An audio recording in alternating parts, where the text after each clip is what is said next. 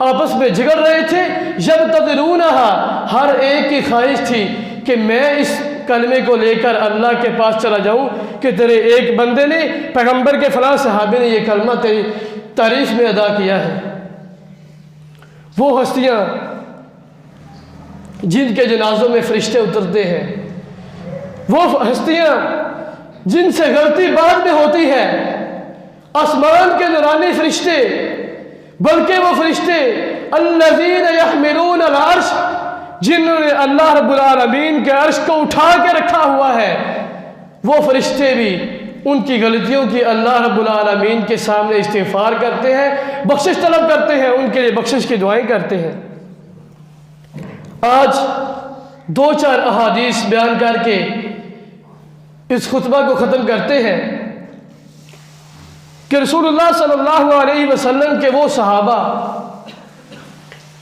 بہت سے صحابہ ہیں جن کے بارے میں، جن کے ساتھ، بعض صحابہ کے ساتھ تو صبح و شام فرشتے مسافہ کرنے کے لیے آتے تھے۔ وہ صحابی رسول بیان کرتے ہیں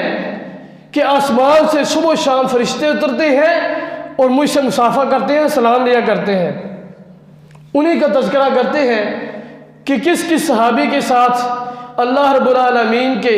فرشتوں نے سلام لیا، کس صحابی کو آسمانی فرشتوں نے پروٹوکول دیا، کس صحابی سے فرشتے کی ملاقات ہوئی، کس صحابی کے دیدار کے لیے فرشتے آسمانوں سے اترتے ہیں، کس صحابی کے کلمات کو لینے کے لیے فرشتے آسمانوں سے آئے، کس صحابی کے جنازے میں حاضر ہونے کے لیے 70,000 فرشتے آسمانوں سے آئے۔ کون سا وہ صحابی تھا جس کے میت کو اٹھانے کے لیے فرشتے کندھا دیتے ہیں؟ کون سا وہ صحابی ہے جس کی روح جب آسمان پہ چلی جاتی ہے تو اللہ کا عرش بھی خوشی سے جھوم اٹھا تھا؟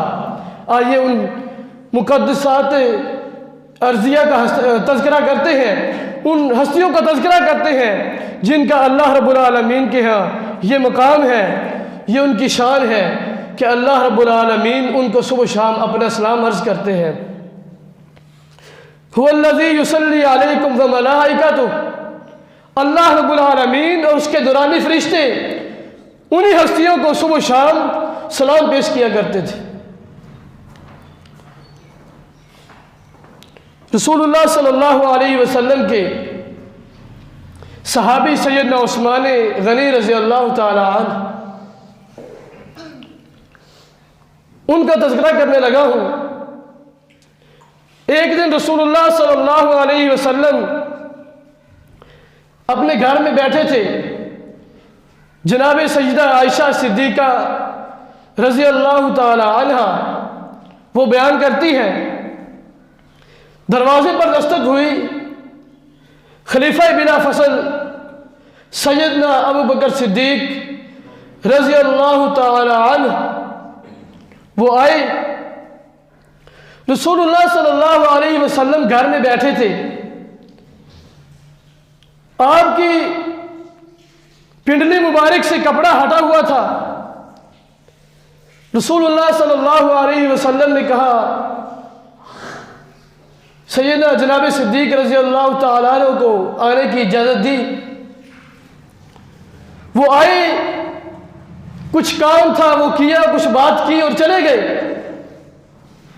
جناب فاروق اعظم رضی اللہ تعالیٰ عنہ خلیفہ ثانی امیر المؤمنین اس کے بعد تشریف لاتے ہیں۔ آپ ویسے ہی بیٹھے ہیں، آپ نے اپنی پنڈلی پر کپڑا نہیں کیا،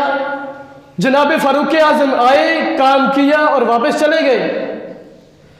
سیدہ کائنات امی عائشہ صدیقہ رضی اللہ تعالیٰ عنہ بیان کرتی ہیں، اس کے بعد جناب عثمان غنی رضی اللہ تعالیٰ عنہ تشریف لے کے آتے ہیں۔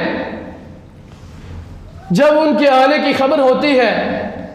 دروازے پر دستک آتی ہے، نبی علیہ الصلوۃ والسلام فرماتے ہیں، اے عائشہ توجہ سے بیٹھو، عثمان آنے لگے ہیں، توجہ سے بیٹھو، عثمان آنے لگے ہیں۔ پھر سیدہ عائشہ رضی اللہ تعالیٰ عنہ بیان کرتی ہے کہ نبی علیہ الصلوۃ والسلام اٹھے اور اپنی پنڈلی مبارک پر کپڑا دیا اور سیدھے ہو کے بیٹھ گئے۔ جناب عثمان رضی اللہ تعالیٰ عنہ وہ آئے، جب آئے اور اپنا کام کیا، پیغمبر اسلام سے بات کی، اس کے بعد چلے گئے۔ سیدہ عائشہ رضی اللہ تعالیٰ عنہ بیان کرتی ہے کہ میں نے رسول اللہ صلی اللہ علیہ وسلم سے پوچھا کہ اے اللہ کے پیغمبر، میرے بابا صدیق اکبر آئے تھے، آپ نے کوئی حیا نہ کیا، کوئی ان سے شرم محسوس نہ کی۔ پھر خلیفہ ثانی جناب عمر فاروق آئے، آپ نے ان کے استقبال میں ایسی باتیں نہ کی، مجھ سے نہ کہا کہ توجہ سے بیٹھو۔ پھر جناب عثمان آئے، آپ کے دوہرے داماد آئے، ان کو دوہری عزتیں دینے کے لیے آپ نے یہ کلمات کیوں کہے ہیں؟ رسول اللہ صلی اللہ علیہ وسلم کا جواب اپنے دلوں پر نوٹ کر کے لے جائیں۔ نبی مکرم صلی اللہ علیہ وسلم نے فرمایا، اے صدیق کی بیٹی، معاملہ اس طرح نہیں ہے، بات یہ ہے کہ میں پیغمبر اس عثمان غنی رضی اللہ تعالی عنہ کا حیا کیوں نہ کروں، اس سے شرم محسوس کیوں نہ کروں؟ وہ تو ایسی شخصیت ہے کہ آسمان کے نورانی فرشتے بھی ان کا حیا کرتے ہیں۔ سبحان اللہ۔ الا استحیی من رجل تستحیی منہ الملائکہ، اے عائشہ،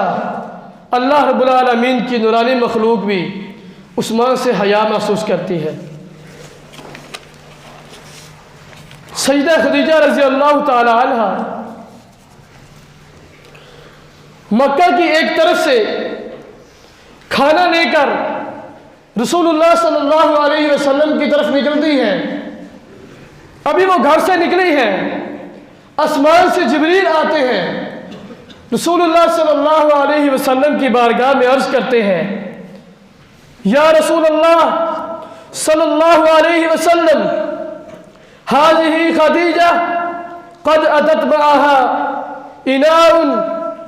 فيه ادام او طعام او شراب فاذا هي اتتك فقرا عليها السلام من ربها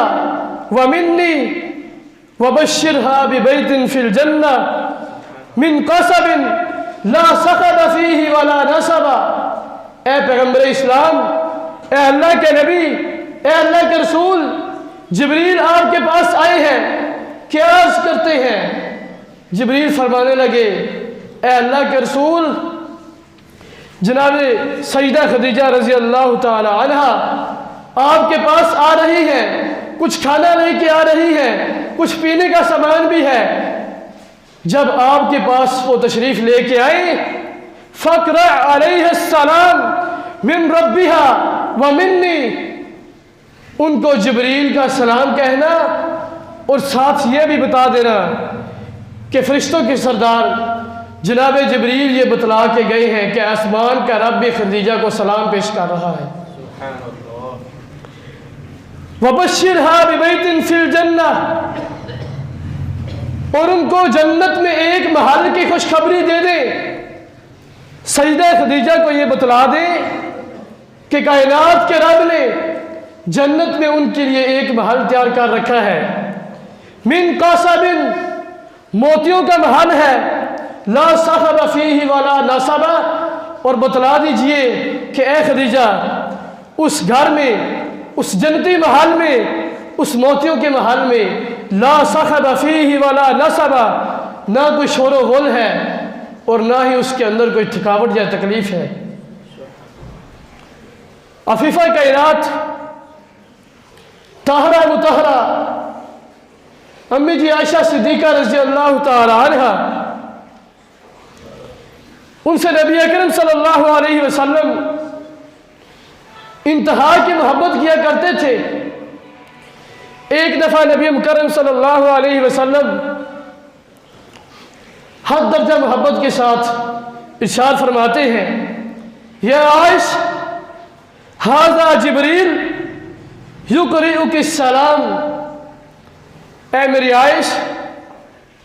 پیغمبر علیہ الصلوۃ والسلام، ام المؤمنین